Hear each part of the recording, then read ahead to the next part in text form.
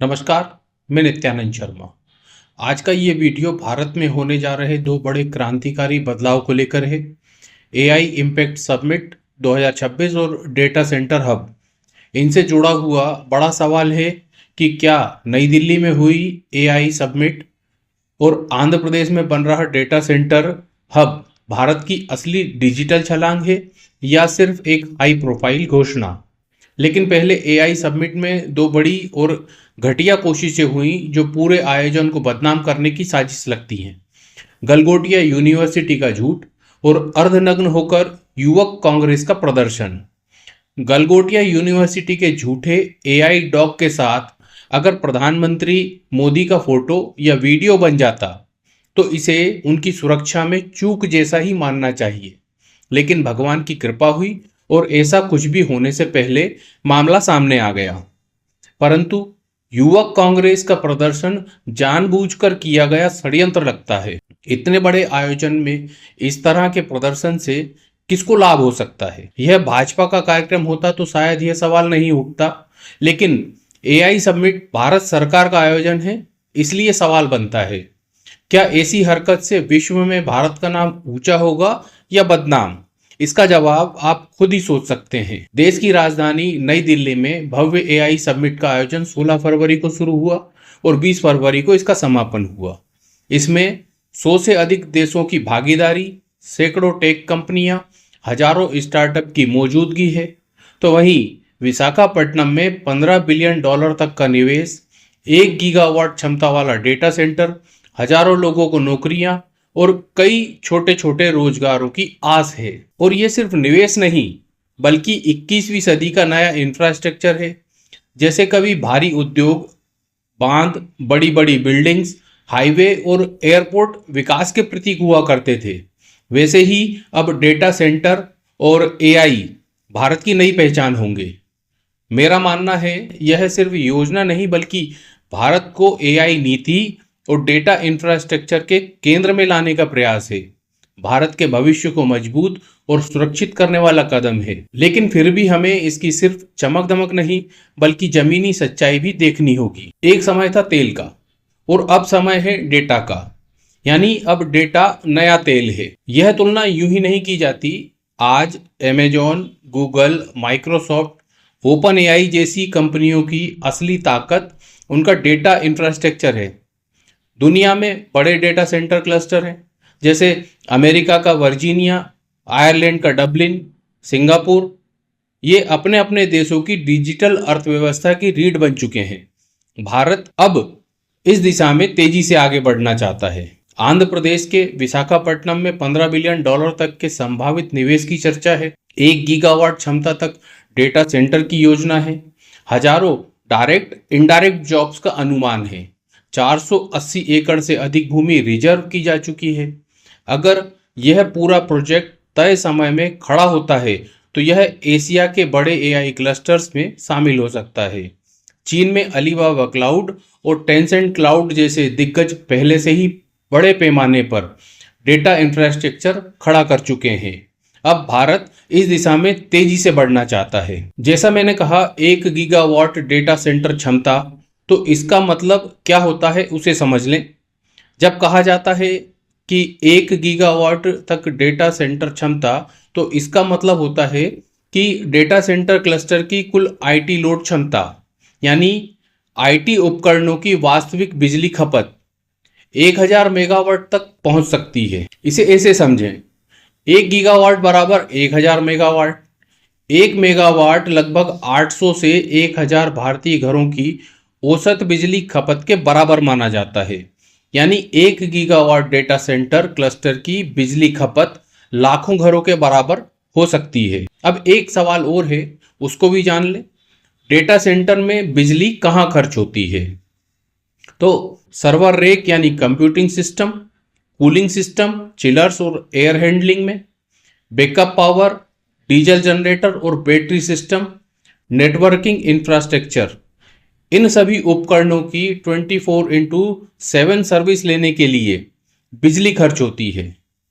भारत की कुल data centre क्षमता 2023-24 के आंकड़ों के हिसाब से लगभग 900 से 1000 मेगावाट के आसपास बताई जा रही है। अगर अकेले एक राज्य में 1 गीगावाट क्लस्टर बनता है तो यह देश की वर्तमान क्षमता के बराबर या उससे अधिक हो सकता है। इसका मतलब है कि भारत को एशिया में सिंगापुर और टोक्यो जैसे हब से मुकाबला करने की क्षमता मिल सकती है। क्लाउड कंपनियां भारत में लोकल डेटा स्टोर कर सकेंगी। एआई ट्रेनिंग मॉडल्स के लिए हाई कंप्यूटिंग पावर उपलब्ध होगी। लेकिन चुनौतियां भी कम नहीं हैं। 24x7 स्टेबल बिजली आपूर्ति की चुनौती, हाई वोल्टेज सब स्टेशन बनाने होंगे और ट्रांसमिशन लाइन बिछानी होगी। कूलिंग के लिए जल संसाधन, ग्रीन एनर्जी का इंटीग्रेशन यानी एकीकरण की चुनौती होगी। सिंगापुर ने 2019 में ऊर्जा दबाव के कारण नए डेटा सेंटर पर अस्थायी रोक लगा दी थी।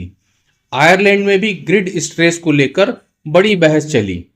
तो इन दोनों बातों से सवाल उठता है, क्या आंध्र प्रदेश पहले से पावर और ग्रीन एनर्जी इंफ्रास्ट्रक्चर मजबूत कर चुका है? क्या सोलर और विंड एनर्जी को बड़े पैमाने पर जोड़ा जाएगा?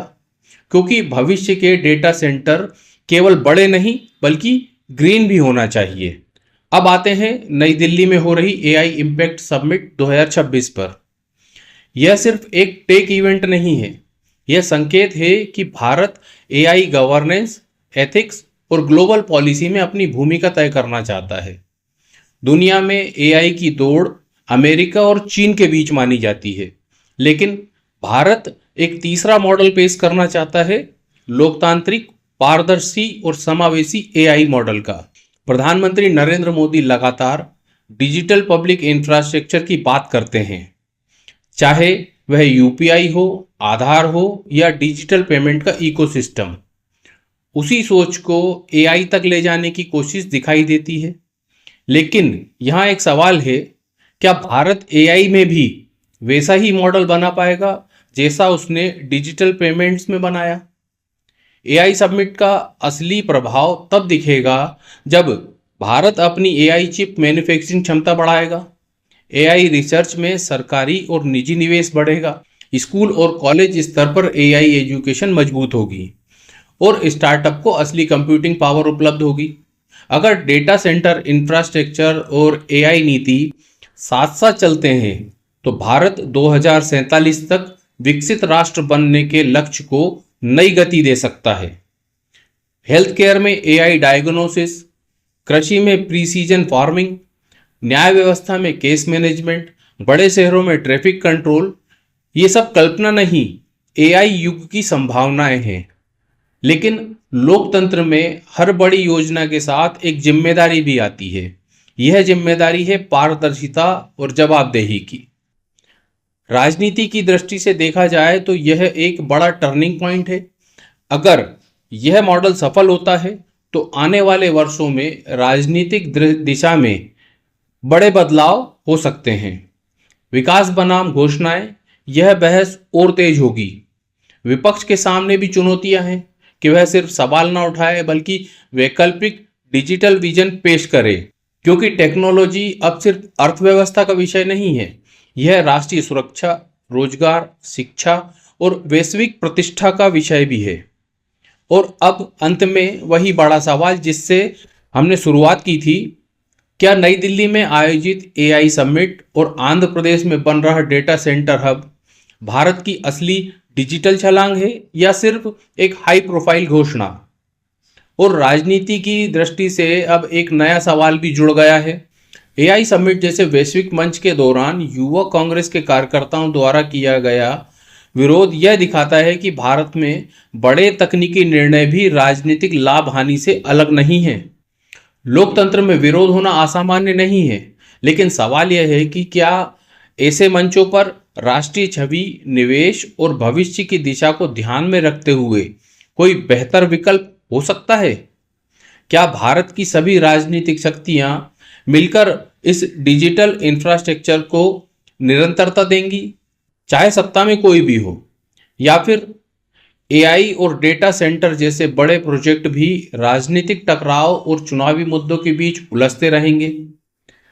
फैसला आने वाले वर्षों में होगा, लेकिन इतना तय है, जो देश डेटा और एआई की दौड़ में आगे होगा वही 21वीं सदी का नेतृत्व करेगा। आप अपनी राय हमें कमेंट में बता सकते हैं। वीडियो को लाइक और शेयर जरूर करें। साथ ही हमारे चैनल को सब्सक्राइब करना ना भूलें। धन्यवाद।